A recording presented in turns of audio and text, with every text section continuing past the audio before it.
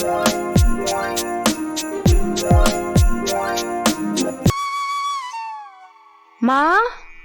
মা, আপনি কোথায়? নমস্কার মাসিমা। আপনি আমার শাশুড়ি মাকে দেখেছেন? কে তোমার শাশুড়ি? মা, আপনি? কি হয়েছে মা আপনার? আপনি এরকম সাদা শাড়ি পরেছেন কেন? বাবার কিছু হয়েছে নাকি? না না, তোমার শ্বশুরের কিছু হয়নি। দিব্য আছেন উনি। আমি খালি সংসার ত্যাগ করেছি। কেন মা? আপনি সংসার ত্যাগ করেছেন কেন?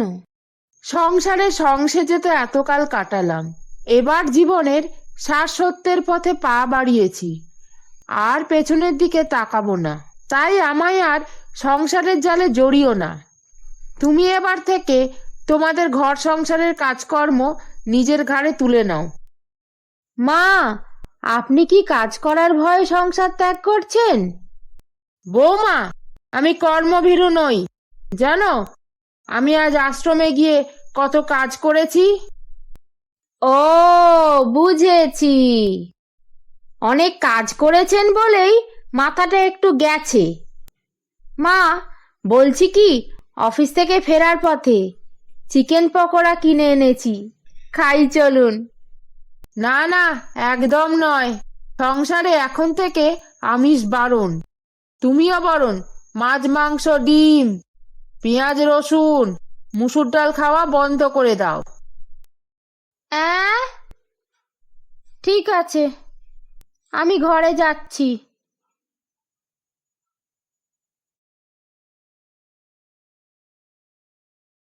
হ্যালো বাবা, শুনুন না, মায়ের না কি হয়েছে? মা কেমন সব করছে, কি সব বলছে। তোমার শাশুড়ির বোধহয় মাথায় বায়ু চড়েছে। চিন্তা করো না বৌমা, আমি বাড়ির কাছাকাছি এসে গেছি। আচ্ছা, তাহলে আমি ফোন রাখছি।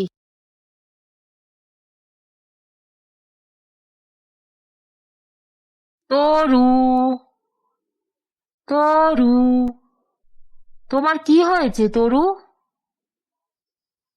কি হয়েছে? তুমি আমার দিকে এভাবে দেখছো কেন? তুমি কি আমায় চিনতে পারছো না? তুমি আমার দিকে একটু ভালো করে দেখো, আমি তোমার স্বামী। আপনার স্ত্রী তরু গত হয়েছেন।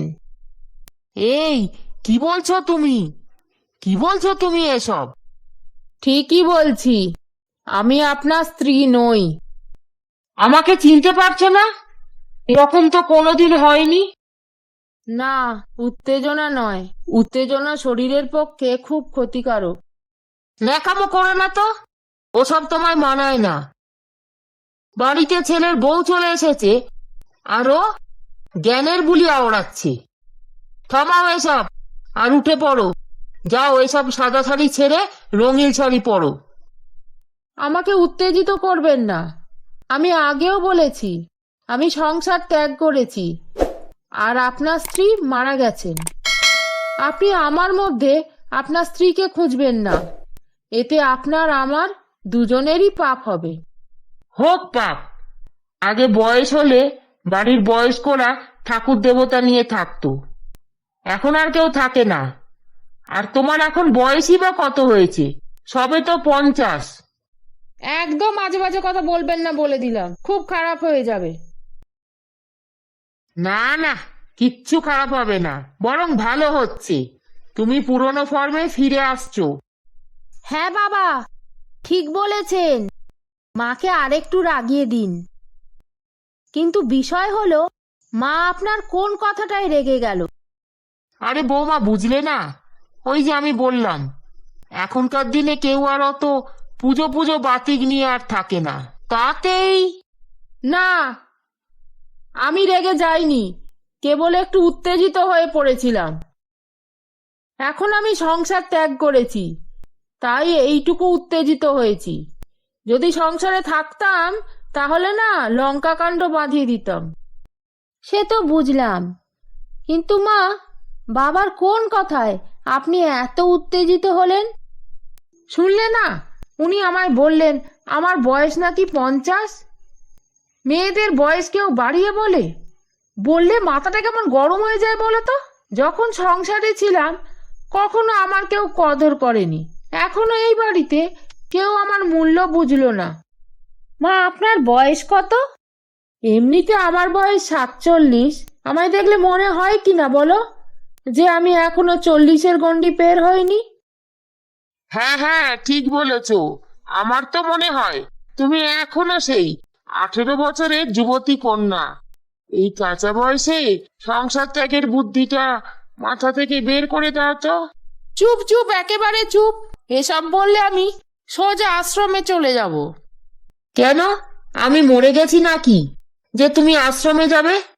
আমি মরে গেলে তুমি যেখানে খুশি যেও।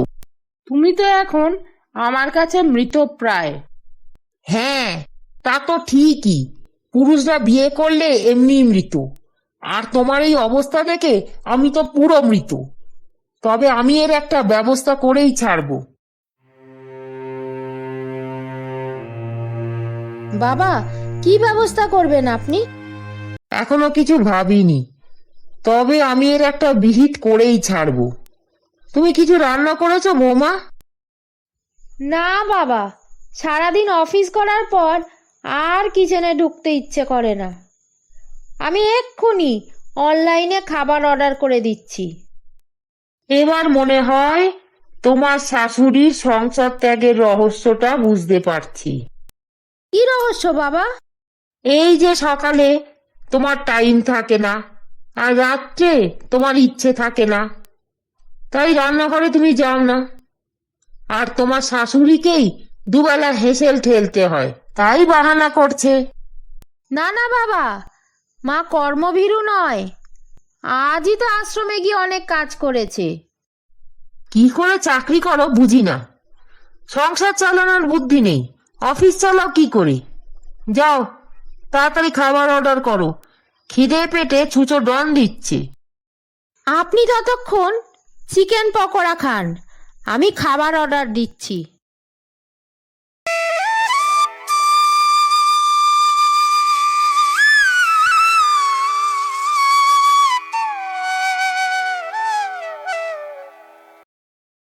এসো চম্পারানী, এদিকে এসো। বাহ, ভালোই হলো, তোমরা শাশুড়ি বৌমা দুজনে এখানেই বসে আছো। দেখো, একে দেখো, এ হলো চম্পারানী। এখন থেকে এখানেই থাকবে। রান্না বান্না, বাসন মাজা, ঘর মোছা সব করবে। বৌমা, সংসারের অর্ধেক কাজ তো তোমার করার কথা, কিন্তু তুমি তো কিছু করো না। তাই চম্পারানীর মাইনের অর্ধেক টাকা, মানে 10,000 টাকা তুমি দিয়ে দিও। আর সন্ধ্যের পর থেকে চম্পারানী যা খাবে সব অনলাইনে আনিয়ে নিও। আর আমি ওর অর্ধেক মাইনে, মানে আরো 10,000 টাকা, আর সকাল থেকে দুপুরের খাবার খরচাটা দিয়ে দেব।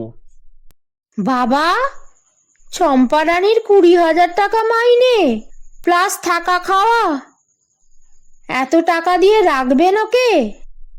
কি করব? তুমি চাকরি করো, তাই সংসারের কাজ করতে পারবে না।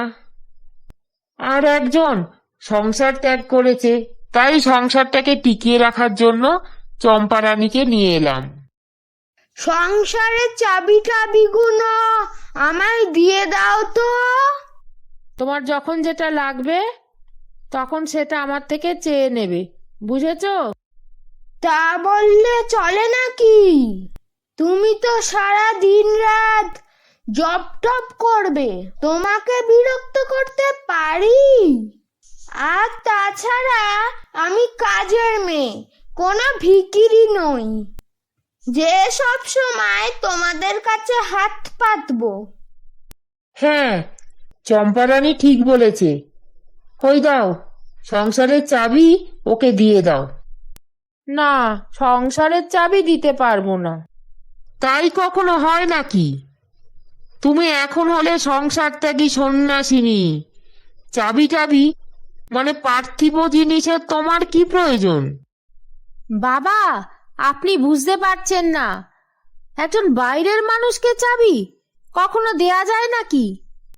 তার চেয়ে ভালো মা আপনি আমায় চাবিটা দিয়ে দিন, সংসারে যা যা লাগবে আমি অফিস যাওয়ার আগে দিয়ে যাব। না না, সারাদিন কখন কি লাগবে আগে থেকে বলা যায় নাকি? চাবি আমায় দিয়ে দাও গিন্নিমা। না না, যতদিন বাঁচবো ততদিন বাড়ির চাবি কাউকে দিতে পারবো না। তাই আবার হয় নাকি? সন্ন্যাসী হবে আবার সংসারের চাবিও দেবে না? এসব বললে তো চলবে না। আমাদের তো সংসারে থাকতেও হবে, পড়তেও হবে, আবার খাওয়া দাওয়াও করতে হবে, তাই তো নাকি? সন্ন্যাসিনী আবার কি? কদিন একটু ঠাকুর দেবতার নাম করেছি আর কি, তাতেই তোমাদের মনে হলো আমি সংসার ছেড়ে দিয়েছি? এই চম্পারানী, যাও বাজার থেকে ভালো মুরগি এনে চিকেন পকোড়া বানাও। তাহলে বৌমা, তোমার শাশুড়ি তো সংসারে ফিরে এসেছে, কিন্তু তুমি তো চাকরি করো, সংসারে সময় দিতেও পারো না, আর কোনো কাজও করো না। তাই তোমার হয়ে চম্পারানী কাজ করে দেবে। আর তুমি তাহলে 20,000 টাকা করে ওকে মাইনে দিয়ে দিও। আর ওর খাওয়া খরচ বাবদ সংসারে 10,000 টাকা দিয়ে দিও, ঠিক আছে? মানে 30,000 টাকা? 30,000 টাকা দিয়ে কাজের লোক রাখবো? পারবো না বাবা, একদম পারবো না। দেখো বৌমা, পারবো না বললে তো চলবে না, কারণ আবার তাহলে তোমার শাশুড়ি সন্ন্যাসিনী হওয়ার নাটক চালাবে। তাই না হয় সংসারে একবেলা রান্না করো, নয় চম্পা রানীকে রাখো। আমি একবেলা করে রান্না করে দেব বাবা, আপনি এই হাতি রানী মানে চম্পা রানীকে আসতে বলুন। তাহলে আজ এই অবধি। আমাদের ভিডিওটা যদি আপনাদের ভালো লাগে তাহলে লাইক শেয়ার করবেন, আর হ্যাঁ, নতুন দর্শকরা সাবস্ক্রাইব করতে ভুলবেন না। তাহলে দেখা হচ্ছে পরবর্তী ভিডিওতে। ভালো থাকবেন।